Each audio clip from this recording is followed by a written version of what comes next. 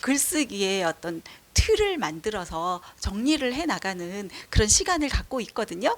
그런데 그 안에서 친구들이 또 쓰네 하면서 짜증내면서 팩팩 하면서 글씨도 엉망으로 쓰고 그런 경우들이 있는데, 그래서 제가 해놓은 장치가 어떤 거냐 하면은, 친구가 그냥 대충 글을 쓰고 있는지 아니면은 정성껏 쓰고 있는지가 눈에 확 들어오는 거예요. 딱 체크가 되는 거예요. 한 글자 한 글자씩 옮겨 적는 거예요. 결국 제가 그 친구를 어떻게 대처를 했냐 하면은, 너 안 되겠다 싶어서 내용을 펼쳐서 필사를 하는 게 아니라 기본 원칙이 있다고 합니다. 어떤 특징들이 있냐 하면요, 역시나 부모님께서 뒤에서 관리를 해주시고 계시더라. 안녕하세요. 작가식탁TV 이작가입니다. 우리 아이들의 읽기 능력과 쓰기 능력이 굉장히 중요해졌다고 하죠. 그렇다면 이 능력들을 키워주고 싶은데 논술학원 외에 방법이 없는 걸까요? 집에서 아주 쉽게 할 수 있는 방법, 손으로 하는 읽기 아시죠? 바로 필사입니다. 집에서 아이들 글쓰기 지도를 해 나가고 싶어도 첨삭하는 것도 좀 어렵고 어떤 질문을 해야 될지도 좀 막막하다? 그렇다면은 누구나 쉽게 도전할 수 있는 것이 바로 이 필사라는 겁니다. 좋은 문장, 좋은 문단, 좋은 문구들의 글들을 가지고 와서 하나하나 정성껏 써 나가는 것. 이게 바로 손으로 하는 읽기 과정이라고 하거든요. 독후 활동도 또 비슷하다고 생각합니다. 우리 친구들이 책을 읽고 난 이후에 독후 활동을 하면 좋다 하는데, 또 이것도 또 쓰려고 하니 막상 무엇을 어떻게 써야 될지 잘 모르겠고 쓰는 그 과정이 너무 힘들다 하시는 분들은 가장 쉽게 접근할 수 있는 방법이 이 필사이죠. 우리 꼬맹이 막내가 자주 하고 있는 방법이, 책 읽었잖아요. 그러면은 거기서 자기가 마음에 드는 부분 있잖아요. 그거 가지고 와가지고 정성껏 써나가기, 그 활동들 해나가고 있거든요. 집에서 가장 만만하게 할 수 있는 방법이 바로 이 필사이지 않나 싶습니다. 그런데 그거 아세요? 필사도 정말 제대로 된 필사가 되어야 한다는 거예요. 책을 많이 읽었어요, 우리 아이들. 그런데 아무리 책을 읽어도 문해력은 그대로이다. 읽기 쓰기 수준은 그대로이다. 똑같습니다. 아무리 많이 필사를 해도 제대로 된 필사가 아니면 그냥 베껴쓰기 과정만을 했을 뿐이면 이건 그냥 손노동일 뿐이에요. 반드시 어떻게 해야 한다? 정성껏 꾹꾹 눌러서 머릿속에 새기고 마음속에 새기고 그렇게 정성이 들어간 필사여야 한다는 겁니다. 그런데 우리 친구들의 경우는 마음에 드는 구절 있으면 우리 써보자, 우리 마음속에 되뇌이는 작업을 해보자 하더라도 그게 오늘의 할 일, 숙제로 여기고 그냥 무조건 막 베껴 쓰는 경우들이 많다고 했잖아요. 무조건 베껴 쓰면은 아무 소용이 없다는 거, 그냥 손노동, 손 아픈 행동, 그 행위만을 하는 것 뿐이라는 거예요. 반드시 우리 뇌에 각인시키고 배워나가는 과정으로서 임해야 한다는 거예요. 간절한 마음으로, 기쁜 마음으로 꾹꾹 눌러서 쓰기. 이런 걸 왜 해? 짜증나! 이런 마음이 들지 않게, 그러니까 친구들과 잘 소통해 나가는 그 과정이 필요하지 않을까 싶습니다. 간절한 마음? 그거 없이 그냥 엄마가 시키니까 하는데 그럼 어떻게 해요? 그래서 쉽지가 않아요. 내가 하는 거면은 간절한 마음으로 이렇게 써 나가면 나도 이 작가의 이 문체를 좀 배워 나갈 수 있겠지. 어휘를 하나 얻을 수 있겠지. 마음 안에 담을 수 있겠지. 이런 마음으로 해 나갈 수 있는데 우리 아이들이라 정말 쉽지가 않습니다. 유명한 작가분들도 반드시 해 나가는 과정 중에 독서는 기본으로 깔려 있고 이 필사 과정이 들어 있더라고요. 이 좋은 문장 나도 가지고 갈래, 나도 내 마음속에 담아둘래, 그러면 나도 언젠가 좋은 문장을 쓸 수 있겠지, 그런 간절한 마음으로 써 나간다는 거예요. 저 또한 방송 작가를 준비하고 방송 생활 해 나가면서 꾸준히 이 필사 과정을 해 왔었거든요. 제가 라디오 방송을 하는데 그 당시는 다시 듣기 서비스가 되지 않았어요. 그래서 방송 원고를 접할 수가 없는 거예요. 방송 작가라는 꿈을 꾸고 막막한 심정에 도서관에 가서 관련된 책들도 찾아보고 여러 노력들도 했지만, 방송 있잖아요. 실제 내가 좋아하는 방송은 무조건 녹음을 했습니다. 그러면은 그 방송을 하는 시간은 어딘가를 가지 않아요. 친구들과 약속도 하지 않고 TV도 보지 않고 그 시간을 오로지 투자를 하는 거예요. 그래서 시간이 딱 이 15가 울리잖아요. 뭐 9시 15가 땡 울리고 10시 15가 땡 울리면 저는 항상 손을 준비 태세를 갖추고서 녹음 버튼을 누릅니다. 그래서 녹음을 하고 그리고 이제 녹음으로서 끝난 게 아니라 그것을 옮겨 나가는 그런 기록하기에 작업이 이어지죠. 플레이 시키고 기록을 하고 기록하는 그 와중에서 바로 필사의 과정이 되는 셈인 거죠. 기록을 해 나가면서 내 마음에 되새기고 나도 이런 문장 쓸 수 있겠지? 그런 마음가짐으로 써보고 그리고 그렇게 필사를 다 했잖아요. 이게 오프닝 멘트 모음집을 만든 거예요. 노트를 나름대로 만들고 그거를 또 읽어나가고 이런 과정을 하면서 또 저도 한번 써보고 이런 과정들을 해나갔거든요. 이게 우리 글쓰기에 있어서 가장 쉽게 따라할 수 있는 그리고 가장 쉽게 배워나갈 수 있는 그런 방법이지 않을까 하는 그런 생각을 해봅니다. 그래서 우리 아이들이 뭐 어렵다 했을 때는 즐겁게 해나갈 수 있는 대화의 과정, 소통의 과정이 필요하고요. 그리고 정말로 이 필사를 즐거운 마음으로 해나가기 위해서는 반드시 이제 선행되어야 할 게 아이에게 있어서 정말 재미있는 책을 발견하는 거예요. 이 책 정말 마음에 들다 하는 그러한 책을 발견했을 때 거기에서 내가 정말 설레는 어떤 포인트, 설레는 부분들, 이 부분은 놓치고 싶지 않다 하는 그런 부분들을 선택할 수 있거든요. 선택함으로 인해 가지고 또 자연스럽게 따라서 정리를 해 나가고 그럼으로써 뇌에 각인이 되고 배워나가게 되고 그런 과정들을 이어나갈 수 있지 않나 하는 생각이 드네요. 저는 초등생 친구들과 글쓰기 수업을 해 나가는데요. 이렇게 글을 정리해 나가는 과정에서 이제 첨삭도 해주고 글을 좀 다듬어 주기도 합니다. 그게 어찌 보면은 필사의 과정인 셈인 것이죠. 그래서 그러한 과정을 이제 글을 만들어 나가는 그 과정 안에 또다시 정리를 해나가는 그 시간이 있어요. 그러면 친구들은 이거 왜 똑같은 내용을 또 써야 할까? 이렇게 생각을 하게 되는 경우도 있는데요. 그게 온전히 자기의 것이 아니잖아요. 선생님이 조금 다듬어주고 수정해주고 그랬단 말이에요. 그러면 그게 아직 내 안에 딱 들어있지 않단 말이에요. 그래서 다시 한번 정리해 나가는 차원에서 그 문장을 다시 정리해 나가면서 뇌에 새기고 마음 안에 되새기고 그렇게 그 표현 방법에 익숙해져 나가는 그런 과정으로서 제가 다시 한번 또 글쓰기의 어떤 틀을 만들어서 정리를 해 나가는 그런 시간을 갖고 있거든요. 그런데 그 안에서 친구들이 또 쓰네 하면서 짜증내면서 팩팩 하면서 글씨도 엉망으로 쓰고 그런 경우들이 있는데 그래서 제가 해놓은 장치가 어떤 거냐 하면은 그거를 제대로 잘 정리를 하지 않으면은 그 다음 시간이 힘들어지게끔 그 다음 시간이 불편해지게끔 하는 그런 과정을 만든 거예요. 뭐냐 하면은 한 편의 글을 이렇게 다 그렇게 정리를 했단 말이에요. 선생님이 수정해 준 그 글들을 엮어서 어떤 문단 형식을 갖춰서 글들을 모아서 정리를 했는데 그것들을 발표를 하게 합니다. 어찌 보면 필사의 과정이잖아요. 다시 한 번 더 정리를 하면서 되새기는 과정인 거예요. 되뇌이는 과정이에요. 뭐 되새김질 해 나가는 과정입니다. 내 마음 안에 담고 배워나가고 그 표현들을 익혀나가는 그 과정이잖아요. 그런데 그거를 내 안에 꼭꼭 잘 넣은 친구들은 발표하기를 아주 쉽게 해 나갈 수 있단 말이에요. 그런데 그걸 대충 했다. 혹은 그걸 그냥 엉망으로 했다. 글씨도 안 보이게 했다. 무슨 내용인지 모른 채 그냥 글자만 보이게 했다 하면은 스스로 발표를 하지 못해요.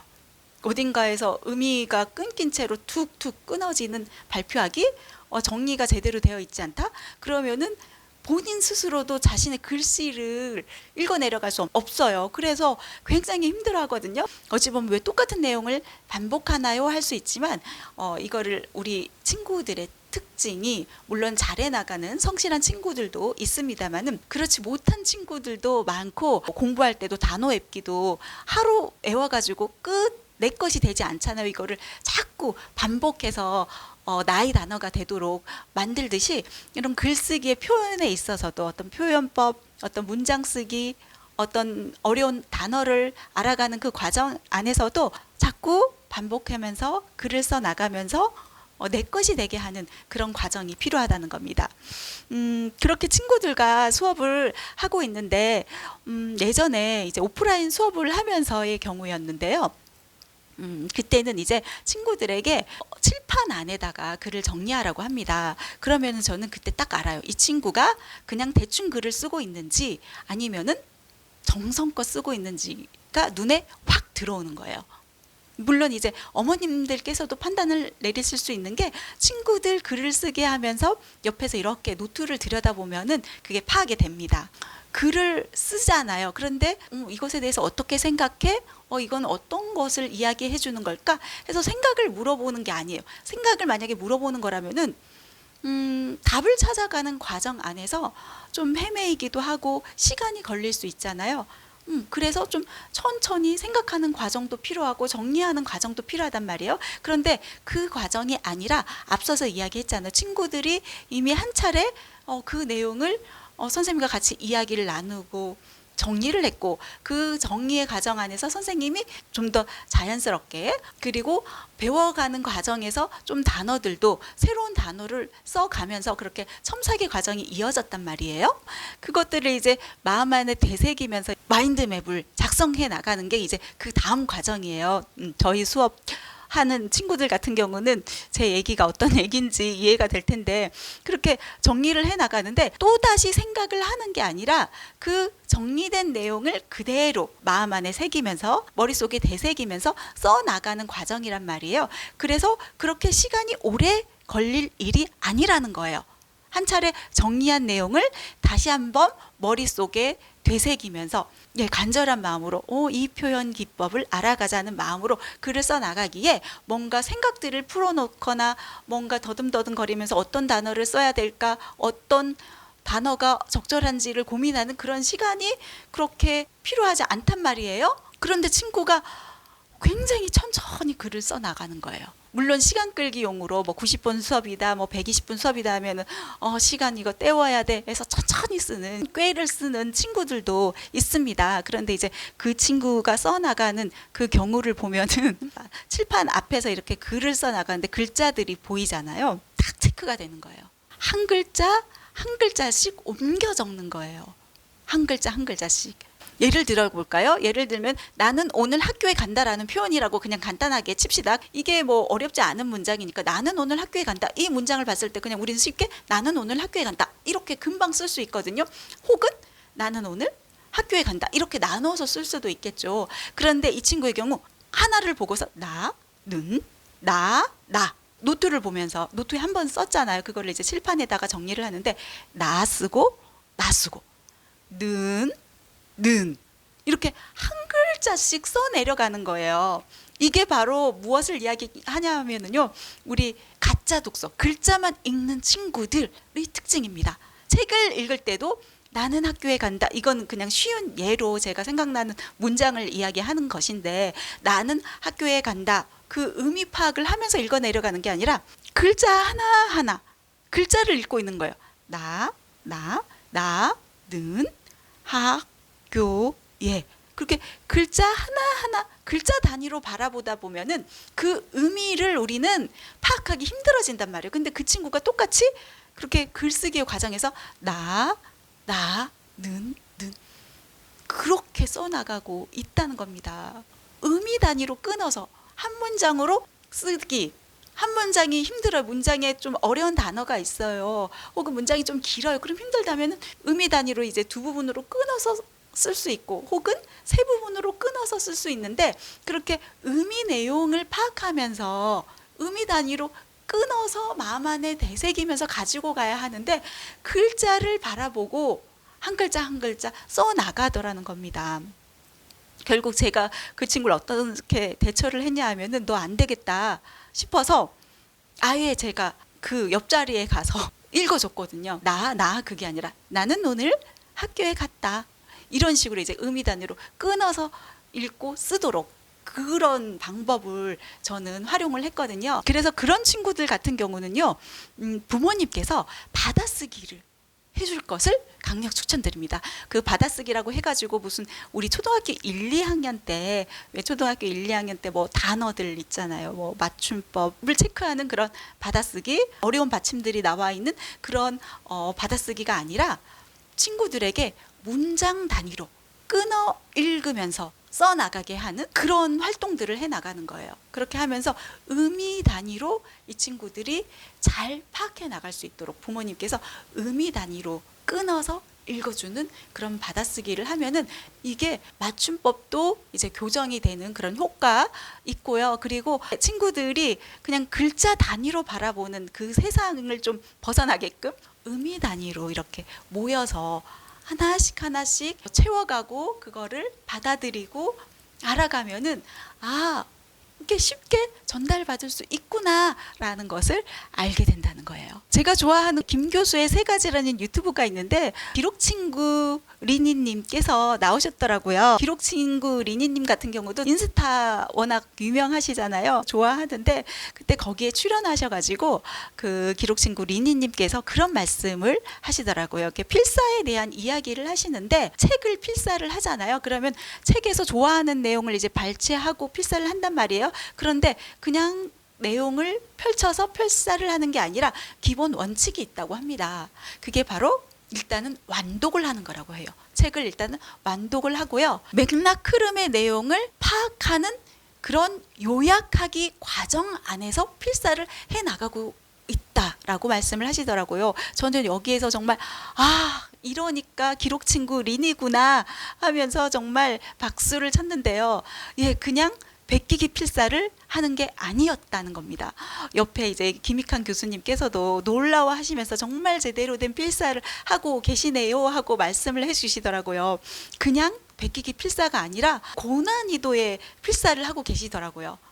일단 완독을 하고 맥락 흐름에 맞는 요약하기 과정에 맞는 자기 나름대로의 요약 정리를 해나가는 그런 필사 과정을 해나가고 계신 거예요. 생각의 재정립의 필사, 생각의 재정립의 필사가 됐을 때 우리의 마음 안에 각인되는 필사요, 정말 진정한 필사가 될 수 있다는 그런 얘기입니다. 우리 아이들이 꾹꾹 눌러 쓰면서 그렇다고 해서 손 꾹꾹 눌러서 손에 힘 줘가지고 손 아프게 그렇게 글을 쓰라는 얘기 아닙니다. 간혹 가다 보면은 친구들이 막 손에 힘 주면서 쓰고 있는데 이 또한 힘을 좀 적절히 주면서 힘이 너무 없으면은 어떤 글자를 썼는지 흐릿해서 잘 보이지 않고요. 또 힘을 너무 주면 손에 힘이 들어가 가지고 손목 아프죠. 글을 얼마 쓰지 못해요. 지친단 말이에요. 이미 그 글 쓰는 행위 자체가 너무 싫어지게 되는 그런 현상이 생겨날 수 있다는 겁니다. 초등생 친구들은 특히 더 부모님께서 가르쳐 줘야 될 것 같아요. 너무 힘이 들어가지 않고 편안한 상태로 우리 아이가 글을 써 나갈 수 있도록 그런 방법을 좀 가르쳐 주셨으면 좋겠고요. 그리고 그냥 베끼기로 쓰는 그런 필사가 아니라 마음 안에 각인시키는 그런 필사, 생각을 좀 정리해 나가는 그런 필사로 나갈 수 있도록 우리 아이들이 좀 배워가는 과정에 그런 필사를 해 나갈 수 있도록 많은 도움을 주셨으면 좋겠습니다. 우리 아이들의 글쓰기 과정도 부모님의 관리가 필요하다는 거 아시죠? 이왕 정리할 거 어차피 배워나갈 거라면 제대로 배워나갈 수 있도록 그렇게 관리를 해 주시라는 겁니다. 그런데 이런 이야기를 하시는 부모님들도 계실 겁니다. 아니 쓰는 걸 굉장히 힘들어 하는데 그래도 쓰는 게 어디예요? 거기다가 더 스트레스를 얹어줄 이유가 있나요? 글씨까지 이야기할 이유가 있나요? 라고 말씀을 하시는데요. 이왕 쓰는 거 효과가 있어야죠. 아이들 눈치 보다 보면은 어떤 현상이 벌어지는지 아세요? 아이들이 고단수입니다. 아이들이 더 꾀를 부려요. 막 내가 싫은 티 내고 이렇게 하면은 우리 엄마는 금방 넘어가. 그리고 그게 이미 자신 안에 자리가 잡혀가지고 바뀌지 않는 거예요. 그리고 나중에 이제 글씨도 변화시켜 보려고 하고 그러면은 정말 힘듭니다. 제가 글쓰기 지도를 해나가면서 다양한 친구들을 이렇게 보잖아요. 글쓰기도 보게 되잖아요. 그러면은 어떤 특징들이 있냐 하면요. 대체적으로 글을 잘 써나가는 친구들이 글씨도 예쁩니다. 그리고 또 어떤 특징들이 있냐 하면은 글씨를 잘 써나가는 친구들은요. 역시나 부모님께서 뒤에서 관리를 주시고 계시더라. 이해력도 높고 생각도 잘 풀어놓고 글씨도 잘 써나가는 친구들 같은 경우는 부모님이랑 나중에 이제 이야기를 해보면은 선생님 저희 아이가 글씨를 못 써가지고 그런 말씀을 하시는 거예요. 제가 봤을 때는 이렇게 다른 친구들과 비교했을 때 글씨를 굉장히 잘 쓰는 편이거든요. 그런데 글씨 또한 잘 써나가는 그 자녀의 부모님께서는 글씨를 못 써서 큰일이다 이런 말씀을 하시고요. 그리고 좀 이렇게 수업을 해 나가면서 정말 이거는 알아보기가 힘든 경우가 있어요. 저 또한 글을 읽어 내려가면서 알아보기가 힘든 경우, 제가 이러면 학교에서는 또 어떻겠습니까? 더 힘들겠죠, 선생님들께서는요. 그래서 조금 바뀌었으면 좋겠다 하는 그런 친구들 같은 경우는 부모님들도 관심이 없더라고요. 아이들이 성장 변화를 원한다면은 부모님께서 관리해 주셔야 합니다. 적절하게 칭찬과 함께 책찍질, 보상 등을 이용해서 관리가 필요하다. 우리 아이들의 읽기 능력, 쓰기 능력을 키우기에 돈 안 드는 좋은 방법이 있다면은 바로 필사 잊지 마시고요. 가정에서 실천해 보는 건 어떤가요? 오늘 이 시간 여기서 마무리하겠습니다. 감사합니다.